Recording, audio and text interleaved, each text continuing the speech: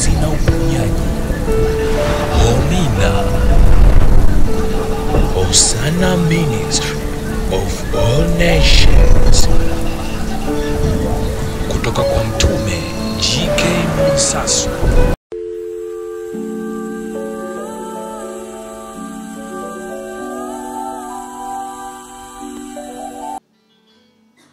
Kwamba chini ya jua tutamiliki 100%. Jawabu la pili lililonifurahisha zaidi, alisema hatimaye ufalme wa kwake tutakuwa tumepewa na tumehakikishiwa. Kwa nini tunakuwa tumehakikishiwa? Ni kwa sababu tulikuwa ndani mwake tukijenga ufalme wa kwake.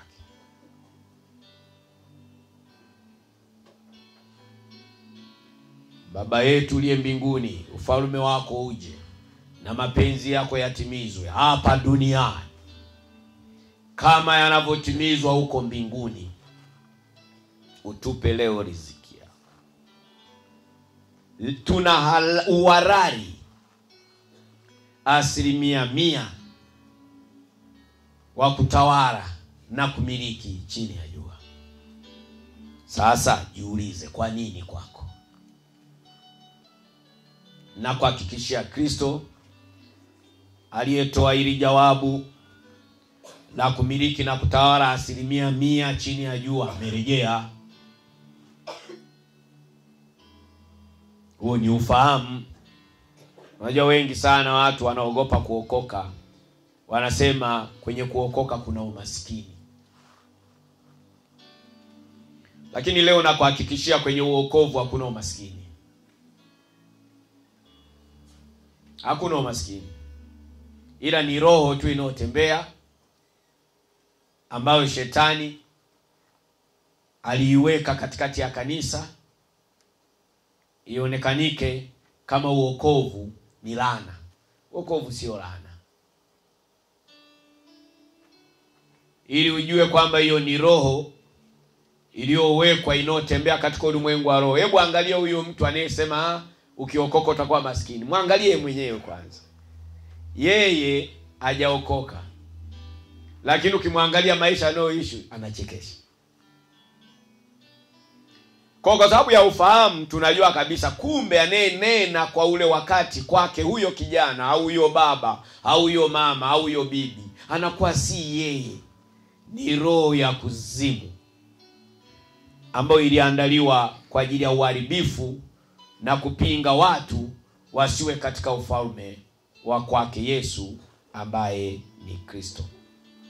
Kuna faida nyingi unaposhika agano la kutoa zaka na dhabihu kwenye nyumba ya Mungu. Unaposhiriki matoleo ya kila aina kwenye kazi ya Mungu, kwenye nyumba ya Mungu, kuna faida kubwa sana. Niliweza kufundisha hizo faida kwamba madirisha ya mbinguni yanakuwa yamefunguka. Manake maombi yetu kwake Mungu sisi tunahitaji tupewe kutoka kwake. Manake kwa ufupi, lugha rahisi, hazina ya kwake Mungu inakuwa iko wazi. Ni kwa sababu moyo wako unakuwa umeamua kutembea kwenye misingi ya matoleo ya kila aina kwa ajili ya kujenga ufalme wa kwake. Ujumbe niliopewa siku ya leo unasema faida ya kufanya agano na Mungu. Faida.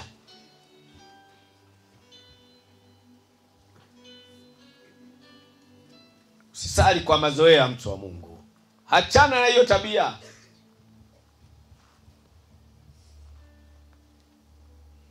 Kama mbinguni wanavaa suti, omba suti lazima uvae hapa.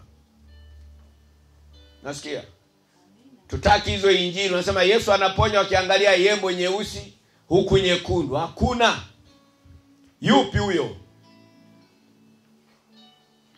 Kama yeye anavaa skonko na wewe vaa hapa kwanza. Unasikia? Si amesema kila kitu kwake kipo. Omba kifike kwako kwanza. Cheni uoga. Wewe unamwogopa babako. Watu wa Mungu.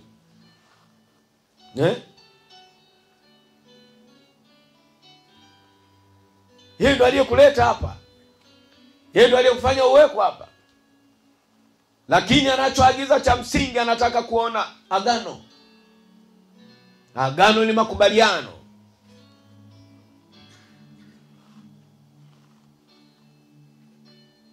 Watu wa Mungu, Mungu wa Mtume G.K. Mwansasu, Mungu wa Bwana wetu Yesu ambaye ni Kristo, Mungu aliyerejea wa kutawala na kumiliki miaka 1000 chini ya jua,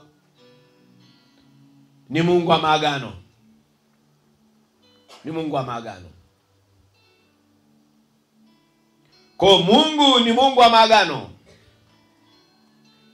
Na umwamini mtu aliyefanya naye agano. Takusaidia andika. Mungu ni wa maagano. Lakini kanuni yake mojawapo, anamwamini mtu yule ambaye amefanya naye agano. Lugha rahisi, anamwamini mtu yule ambaye amekubaliana naye. Kwa hiyo nakusii, ninakuomba, hebu ingia agano, kubaliana na Mungu kwamba mimi nimeokoka, niko ndani ya umina, nahitaji kujenga ufalme wa kwako. Utanipa utajiri, utanipa ubilionea. Atakuuliza, unataka nikupe ubilionea mwanangu, ufanyie nini? Unatakiwa useme utafanyia nini. Ushauri wewe mwambie, mimi nataka kujenga ufalme wa kwako. Utaona ubilionea ukishuka, utaona hazina ya mbinguni ikiachiliwa kwako. Haleluya. Haleluya. Sipigi porojo, mimi ni mtume, nimetumwa na kuhakikishia ninacho cha kutoa.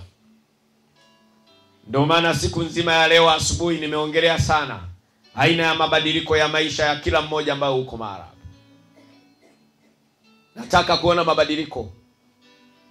Muonekano wako ukoje? Wezi ukamtangaza Mungu wa Mwansasu wakati muonekano wako ni wa shida. Sitaki. Hacha kunizalilisha mimi na Mungu wangu. Sitaogopa kusema. Kama bado hujapona, jitahidi kuwa utayari ili upone. Unaposema Mungu wa umina, Mungu wa Mwansasu anatenda, watu wanaanzia chini kukuangalia.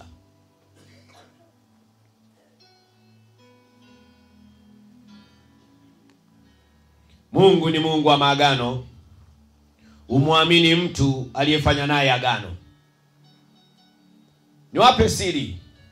Mungu si kama yule Mungu ambaye tumepewa na Wapentekoste zaidi ya miaka 2000. Kwamba yeye anatoa tu. Asikudanganye mtu. Mungu atoi tu. Unataka akupe ukafanyie nini? Unaniangalia? Unataka akupe ukafanyie nini? Leo nawapa siri. Mungu hasa wa Mwansasu, wa Bwana wetu Yesu ambaye ni Kristo aliyerejea, yeye ni mfanyabiashara. Maana ya ufanyabiashara ni faida. Anakwenda kwa faida. Unajua kufundishwa hilo kwamba Mungu ni mfanyabiashara? Nimekwambia amerejea, ni ufahamu. Leo ufahamu na ujue, si unataka kutoka ndani ya kanisa. Mungu ni mfanyabiashara. Anajitambulisha katika kufanya biashara. Ni kwa nini? Anapenda kupata faida. Maana yake unaponywa mahala hapa ili kitokee kitu katika ufalme wake. Kwa hiyo unenisikiliza, unetufuatilia live kwenye mitandao yote, Radio Box, Omina Gospel Radio 90.7, chukua hatua ili unyanyuliwe hapo kitandani. Ingia agano. Unataka kunyanyue Mungu, utamfanyia nini? Mungu wangu mimi ni mfanyabiashara bwana, anaenda kwa faida. Anaenda kwa faida. Anaenda kwa faida. Unapoteza muda mwingi, masaa yote ya kukaa kwenye madhabahu ya Omina ili upate nini?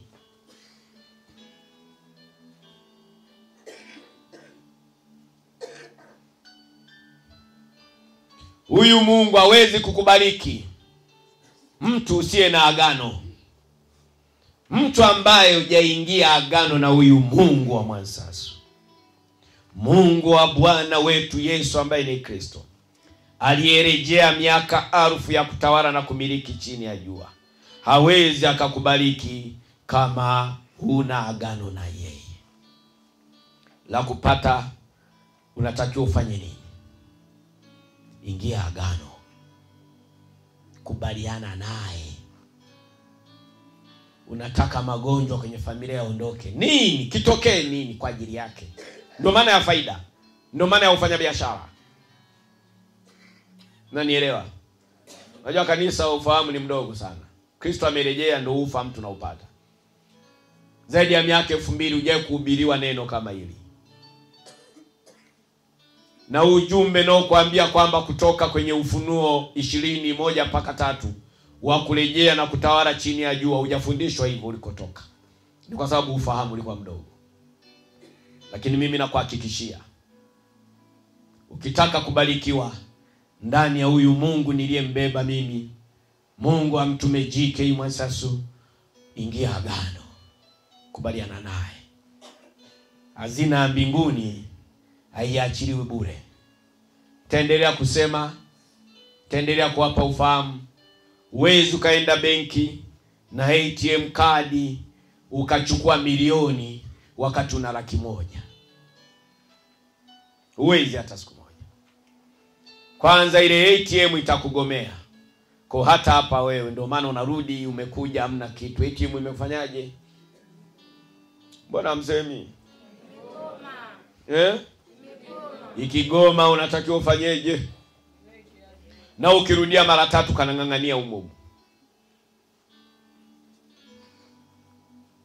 Tembea kwenye kanuni. Tembea kwenye makubaliano. Mungu ni Mungu wa maagano. Na umwamini mtu aliyefanya naye agano. Kwa hiyo watu wa Mungu tukiwa nje ya agano atuaminiki ndani yake Kristo. Ndio maana yake.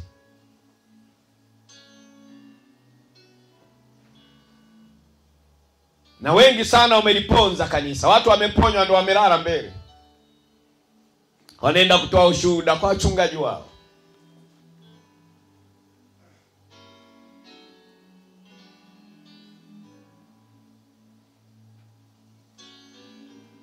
Mungu analeta hizi kanuni na hizi sheria. Watu sio waaminifu. Akiachilia hazina yake, akikubaliki hapo unalala mbele wewe. Unakuja kwa sababu una matatizo. Kutoka Nyombo. Unakuja kwa sababu sema unakuja kutoka Nyombo kwa sababu na nini? Kwa sababu nampenda Mungu. Kubaliana naye, mwambie nakuja mara hapa kwa sababu nakupenda. Kubaliana naye, atakuoji. Agano ni makubaliano. Kwa hiyo shida na dhiki na matatizo yanayokutesa, kubaliana naye.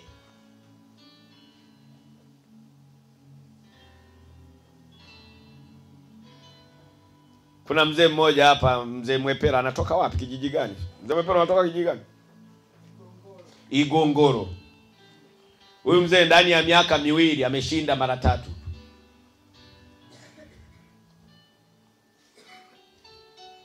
Ningekuwa na taji ningempa. Lakini kuna watu wako Chauginge, Ramadhani. Huyo pale sijui mnapaita. Sijui na lugha yenu. Hata ukiwachunguza hapa hawapo hata leo. Kisa wiki iliyopita walipokea. Lakini huyu mzee wiki iliyopita aliugua. Hakuwa anashindwa hata kunyanyuka. Lakini mimi nikatolewa hapa kwenda kumnyanyua kule. Njoo mbele wakuone. Ulikuwa utembei wewe. Wewe ndio uliyepiga simu bwana.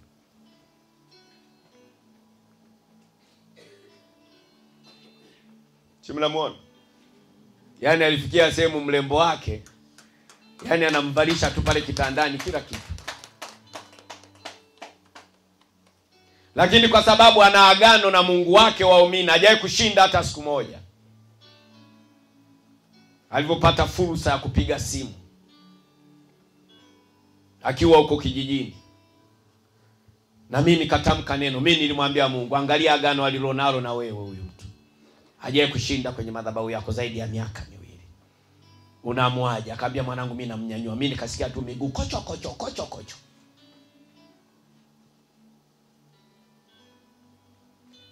Kaambia, baba, mtukuze Mungu. Baada ya risali moja, Mungu wa mtume Mwansasu kweli ni mkubwa. Haleluya. Haleluya. Ruka sasa. Kwani wewe si ndio ulikuwa nani? Haleluya. Gharama nauli ya kutoka Igongoro kwenda na kurudi kuja hapa ni kama 6,000 kwa siku. Wewe upo Ramadhani, upo siji chauginge na uyeminini hapo. Mimi nashindwa kutamka uyeminini. Mtajua wenyewe. Uwezi huna agano, lakini yote haya anayahubiri na kuyafundisha ni mfano wa agano alilonalo na Mungu wake. Baada ya hapo Mungu akanipa kibali nikakanyage ardhi yake. Nimeenda kukanyaga ardhi yake, Mungu ameonekana mkubwa sana kwenye nyumba yake. Haleluya. Haleluya. Rudi babangu, rudi kaa. Kwa yote haya watu wa Mungu ni mifano namna ya ujumbe wa Mungu, ni namna gani tunatakiwa kuutendea kazi. Ingia agano. Agano ni makubaliano. Unakubaliana naye nini Mungu? Kama utakubaliana na Mungu wa mara hapa miaka 2, unatakiwa uondoke ushuke kwenye hili basi. Mtaelezana wenyewe. Kwa hata ukiondoka hapa, mimi sikuoni wala sitastuka. Si ndio mlichokubaliana?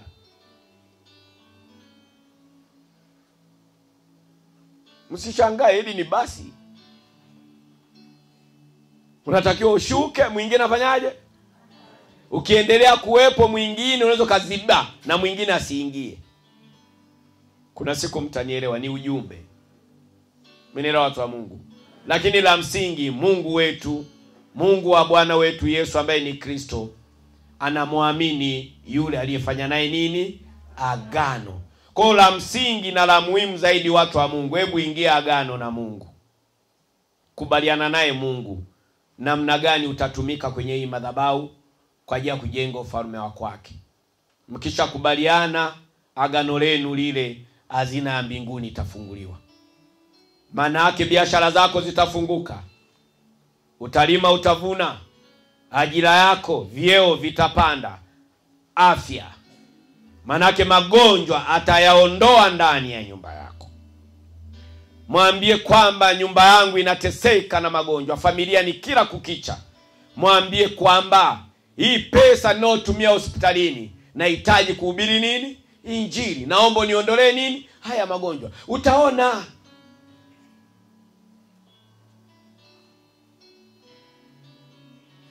Kumbukeni, yeye ni mfanyabiashara, anaenda kwa faida. Hawezi kukubariki. Hawezi kumbariki mtu asiye na agano, kwa sababu hapendi hasara. Ukitaka kuona maisha yako ya kimwili na kiroho yanabadilika, ni lazima ufanye agano na Mungu wa hii madhabahu. Tena agano la namna gani? Agano la kudumu.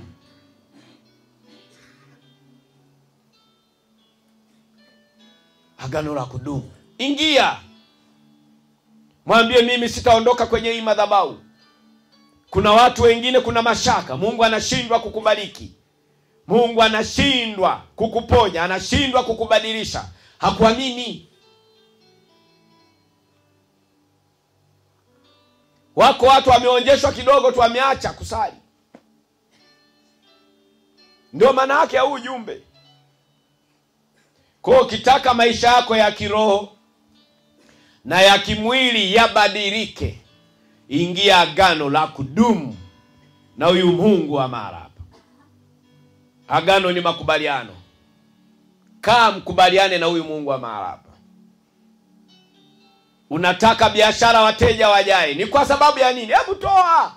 Andika proposal yako bwana. Vipi? Kuna vya bure, mmedanganywa miaka mingi na upentekoste huko. Ndio maana mkitoa tu sadaka tu 1000 huko wanachekelea tu. Mimi hapa sichekelei. Ukiendelea kutoa 1000 ndio maisha yako ya 1000 au uendi kokote. Itakupeleka wapi 1000? Semeni wenyewe itakupeleka. Nakupa ufahamu. Fanya sana kazi, kuwa na malengo, majukumu ili upate. Kwa nini tunafanya kazi watu wa Mungu? Kwa nini tunahangaika? Si tuna watoto nyumbani? Ili wafanye nini? Si ili wasome. Kwa hiyo ili wasome unatakiwa ufanyeje? Kwa watasoma kwa 1000 hiyo. Na itolea mfano wa hiyo 1000. Ni benki umeweka 1000. Alafu mwezi wa 6 umefika unatakiwa upeleke ada, unaendia na KTM kwako kwenda kuvuta 100,000, utapata? Kristo amerejea, ni ufahamu. Ni ufahamu. Wachungaji huko wanashindwa kukemea 1000 kwenye madhabahu, ni kwa sababu hawana cha kutoa. Mimi nacho cha kutoa. Weka. Si mnaelewa watu wa dunia kwenye mabenki. Utasikia weka nini? Nunua nini? Nunua nini? Ili ufanyeje? Unajua injili ya leo bwana, hapo tuko live, wengi sana watashangaa. Huyu ndio Mungu wa kweli. Amerejea, ni ufahamu. Wewe nenda benki pale na KTM kako, weka 1000 mlafu kachukue 10,000 kama utaipata. Kwanza hakuna matokeo kwa sababu ya 1000 haitoshelezi na uliofungulia akaunti. Tasikia wewe huna kitu, mnaanza kulia. Mimi sina kitu. Wewe huna kitu. Huna kitu. Uliweka 1000. Unataka 1000 yote, wanakuambia lazima ibaki 300. Na 700 turuhusu kutoka. Utafanyaje? Unaongeza ngapi? Ili ibaki 500 kutoongeza ngapi? Kutakuwa na 1000 ngapi? Alafu ndio utachomoa ngapi? Inabaki ngapi? Tunda la Roho. Tunda la Roho. Tunda la Roho. Ukitaka kuona maisha yako ya kimwili na ya kiroho yanabadilika, ni lazima ufanye agano na Mungu, agano la kudumu. Unashika tama. Mimi ni mtume, nimetumwa niseme. Nimetumwa niseme.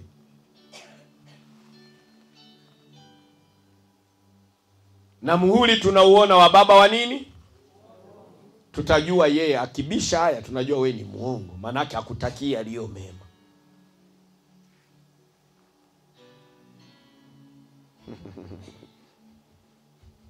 Faida ya kufanya agano na Mungu. Faida ya kwanza, unapata ushindi mkubwa.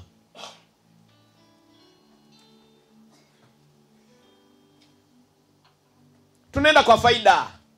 Mungu ni mfanyabiashara. Sasa kama wewe unasali bila faida, endelea kujaga tu hapa. Kwanza sikutaki, kwa sababu utakuwa ni wa hasara. Tutajengea nini ufalme? Huna. Ndio maana naimiza kafungue biashara, kafanye kazi. Chapa nini? Kazi. Fanya kazi, acha uvivu. Fanya kazi. Mungu anabariki kazi za mikono. Fanya kazi. Wewe unataka kanisani ubarikiwe, umefanya nini? Akubariki Mungu kwenye nini? We mvivu, ufanyi kazi, unalala unaamka. Kulala. Kabarikiwa na nini?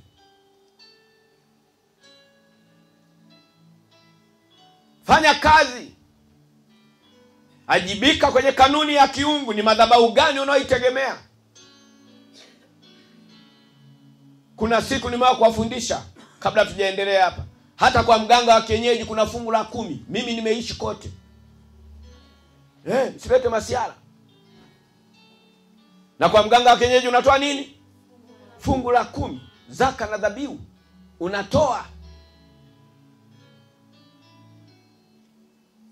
Na kwenyewe huko kuna walengaji kama huku. Wana hofu na mioyo yao kwamba yule mganga atakimbia na hiyo hela. Usilete masiara, umechukua hela benki milioni 50. Fungu la 10 ni ngapi? Unatakiwa uiache kule milioni 5, alafu milioni 45 uiache kule ipaliliwe kwanza ipate joto. Ili ikija mjini ipige. Mnacheka. Nileteni masiara. Sasa wewe niambie, umechukua benki mwekeza nyumba milioni 50, milioni 5 ni fungu la 10. Zaka na dhabihu wapi? Kwa mganga.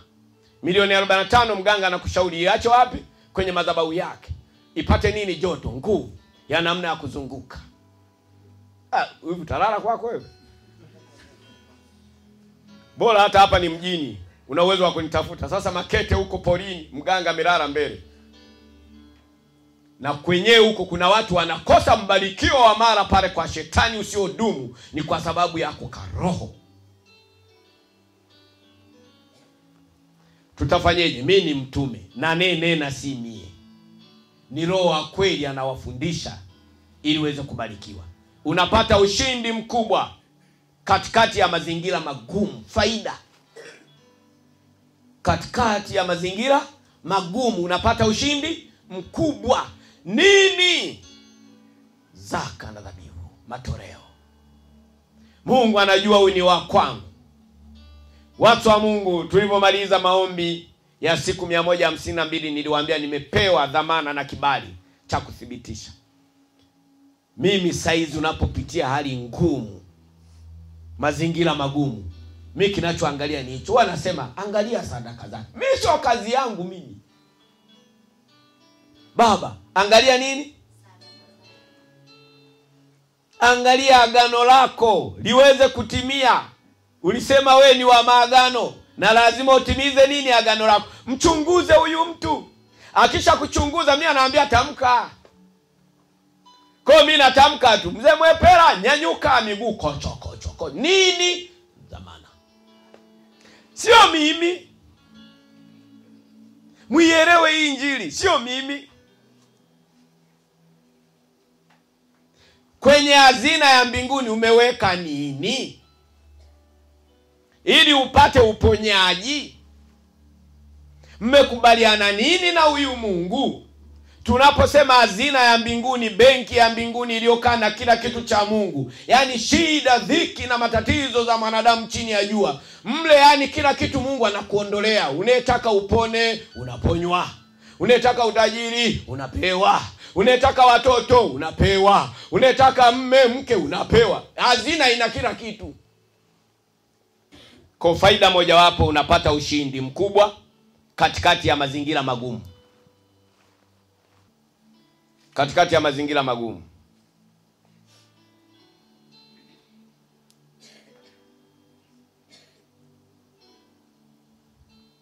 Unaongezeka kiajabu na kupandishwa cheo katika mazingira ya utata, pale ambapo ukutegemea.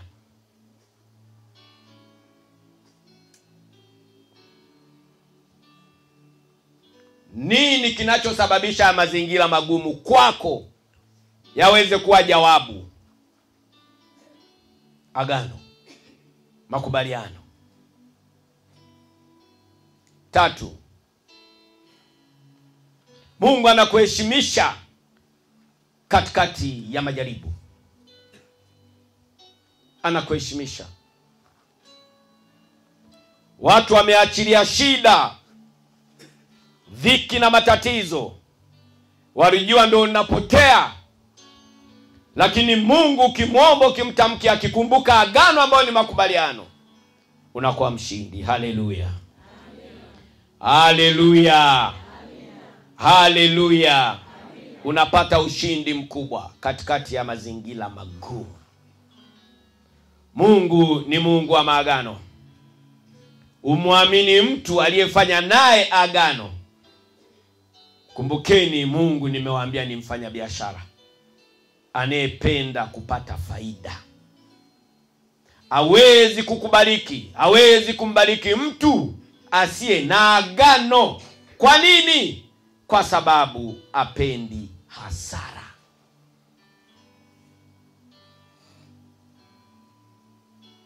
Huyu ni Mungu wa Mwansasu, ni Mungu wa Bwana wetu Yesu ambaye ni Kristo.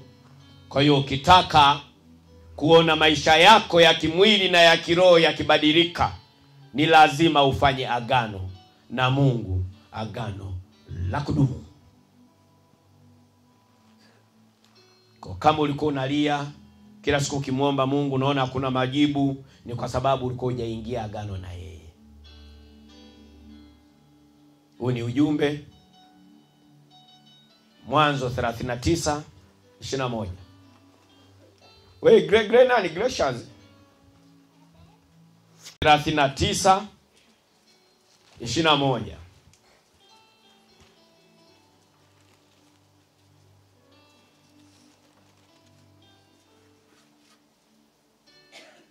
Umepaona?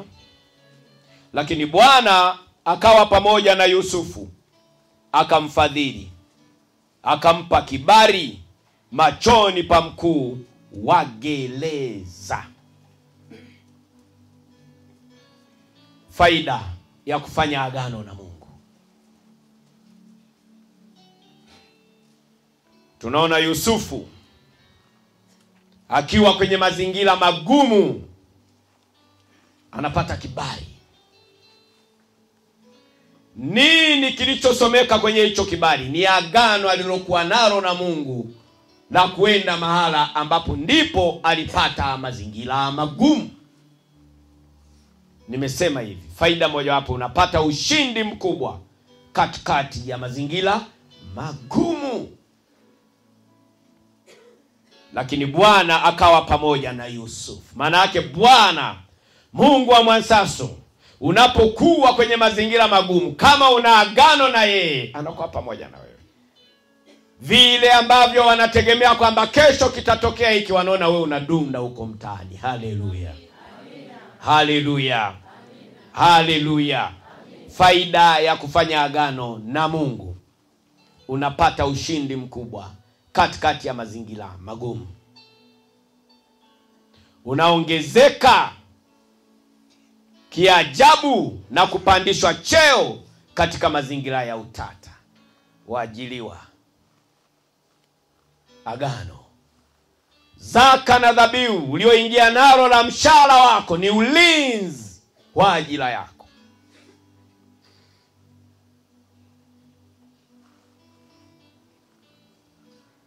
Mungu anakuheshimisha katikati ya majaribu. Tunamwona Yusufu yuko jela, lakini kule jela akapata cheo.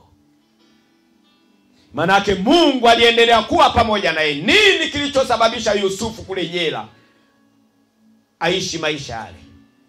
Kwa sababu Mungu aliingia agano na yeye. Lengo kuu, agano lake la kuwatoa utumwani kule Misri liweze kutimia. Kama historia umeisoma na unaendelea kuijua. Kwa hiyo watu wa Mungu, faida ya kufanya agano na Mungu. Mungu ni Mungu wa maagano. Humwamini mtu aliyefanya naye agano. Manake Yusufu angetolewa jela au angekaa jela kama ana agano na akapewa nafasi na Mungu bila agano. Yusufu baada ya kutoka jela angeondoka, angerudi kwao. Agano lake la wana wa Israeli kutolewa utumwani lisingetimia.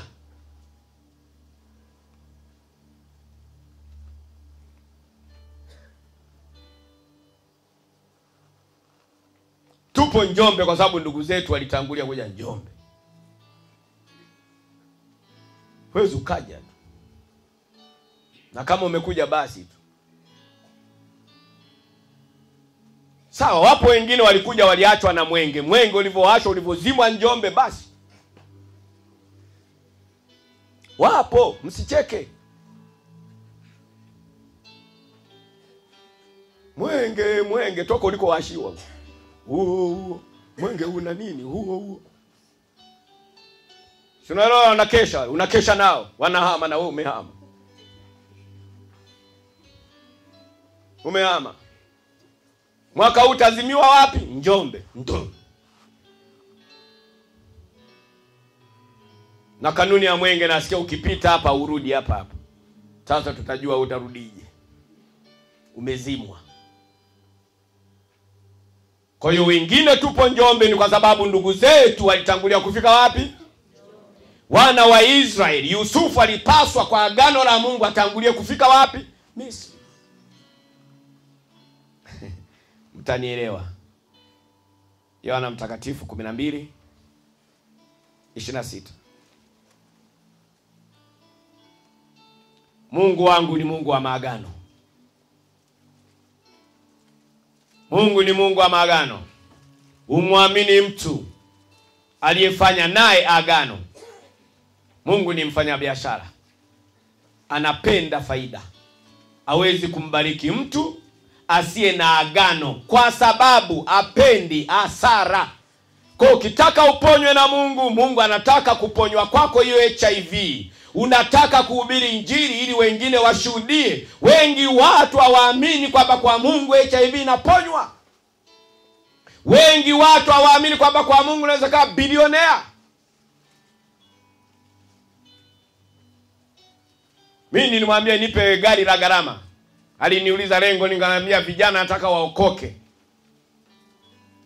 Wakiangalia barabarani huko mate yanadondoka. Kumbe kwa Mungu kuna magari. Yapo. Yapo. Manake kuna watu huko wanajiandaa na kuna wengine wanatoka kimya kimya ameokoka wamekuja hapa sasa kwa sababu ameona nini?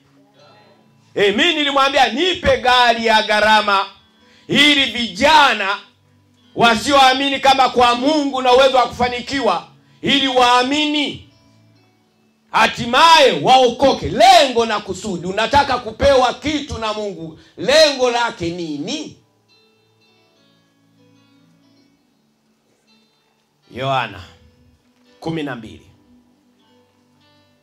Tutafika tu.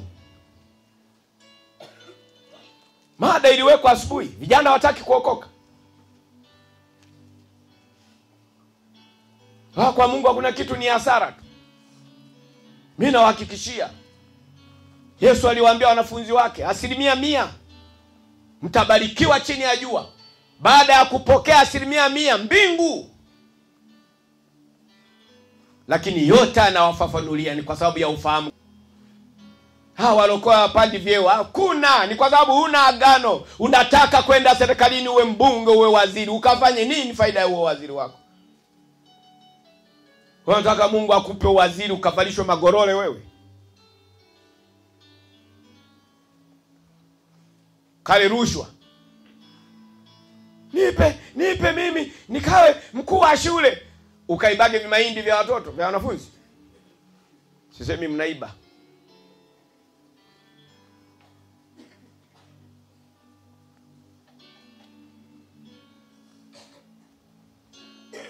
Unamuomba Mungu akupe ili kiwe nini?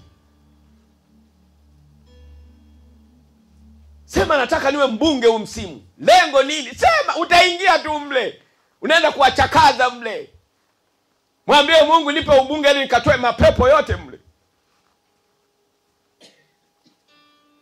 Na nataka ubunge akatoe mapepo mle. Hamna. Unataka wewe? Twenda kugombea jimbo gani?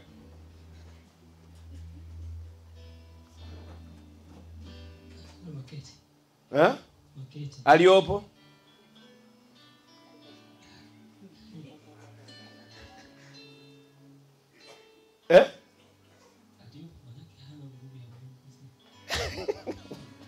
Kawa. Utaojua na Mungu ndo anakuoji.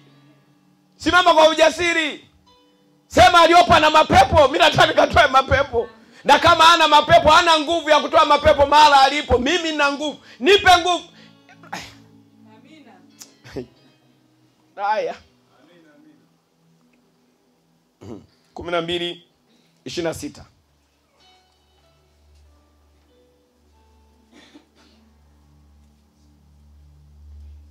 Mungu anasema mtu akinitumikia na anifuate, nami nilipo ndipo na mtumishi wangu atakapokuwepo. Tena mtu akinitumikia, Baba hatamheshimu. Mungu ana uhitaji wa watu. Hazina ya mbinguni Fedha ipo, kila kitu kipo, lakini uhitaji agano.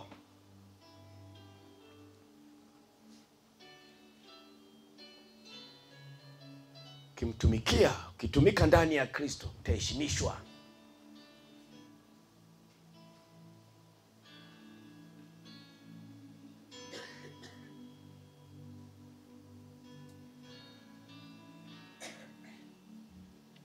Mimi wakati napewa utumishi, nilikuwa kwenye uongozi wa jumuiya ya wafanyabiashara. Nilikuwa nataka nikatae utumishi, nikagombea wenyekiti zaidi huko sasa wa jumuiya ya wafanyabiashara. Mungu akaniambia, wewe, mimi nakupa vilivyo vikubwa. Sijasoma, lakini leo niko hapa, nina agano na Mungu. Mmekusanyika nyinyi mnanisikiliza. Lakini ningepewa wenyekiti wa wafanyabiashara nani, wengine wangesema tukamsikilize mwenyewe yule kufanya nini? Kwanza biashara yake yenyewe inasua.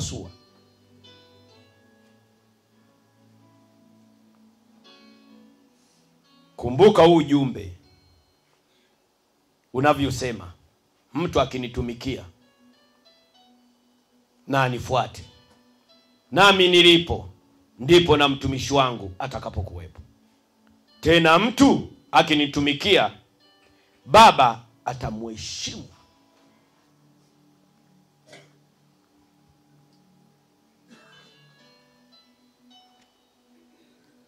Ile nafasi ulionao ya kazi, tumikie Mungu. Utaheshimika. Mnashindwa kuheshimika ni kwa sababu huna agano na hiyo kazi na Mungu. Kama uliingia mara pa kazi, sio kwa sababu Mungu amekupa ukiwa umeokoka. Ingia agano upya. Funguka wewe. Tolea sadaka ajira yako hiyo. Vyeo vinashindwa kupanda ni kwa sababu umefichwa, huna agano. Unataka upewe ukuu wa shule, upewe afisa elimu. Ufanye nini kwenye hicho kiti? Ndio maana kijana tumemwoji waliopo wana shida gani, wewe unataka kuingia pale? Una nini kipya? Unataka ubunge umsimu. Una nini kipya wewe? Kwenye hili taifa una nini? Ingia agano. Mwambie Mungu, taifa letu lina madhaifu haya na haya na haya na haya na haya na haya. Mimi nikiingia pale, taifa litakaa munsere. Tamka kabisa. Mungu atakachokiangalia katika agano ni lile neno munsere. Maana taifa litanyoka. Agano ni makubaliano.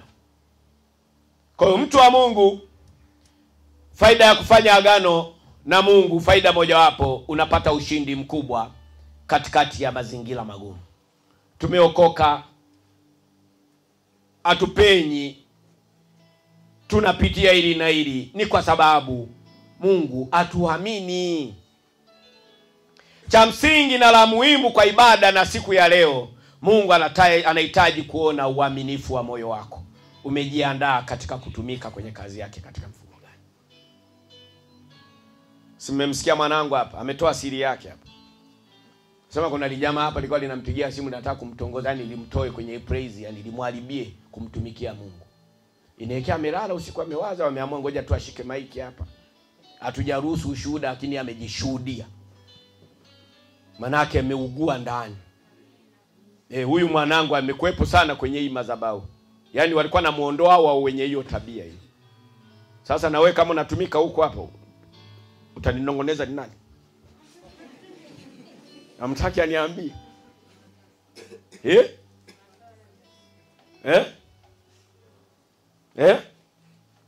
Namtaki aniambie.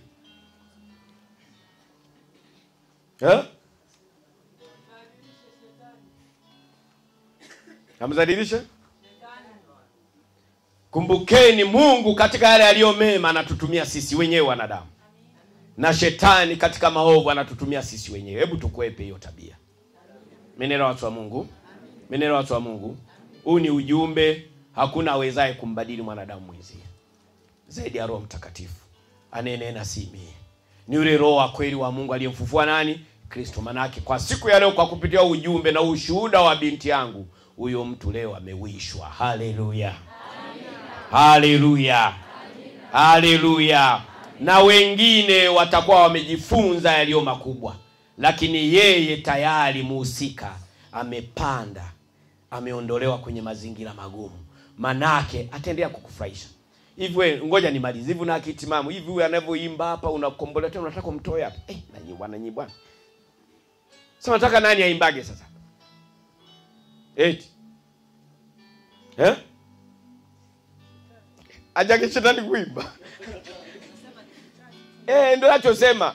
Yaani wewe mwenyewe upo huko unakombolewa na huyu anavyoimba. Hapo nataka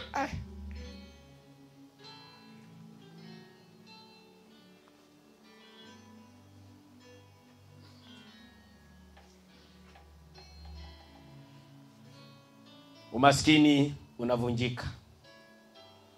Watu wengi leo roho za umaskini zinawang'ang'ania, ni kwa sababu hakuna makubaliano na Mungu. Tunda la Roho, tunda la Roho. Upendo ni maisha watu wa Mungu, na maisha ni upendo. Mwambie jirani yako, shika neno. Mwambie tena. Mwambie ukalitendee kazi. Mwambie tena. Amina, watu wa Mungu, tusimame.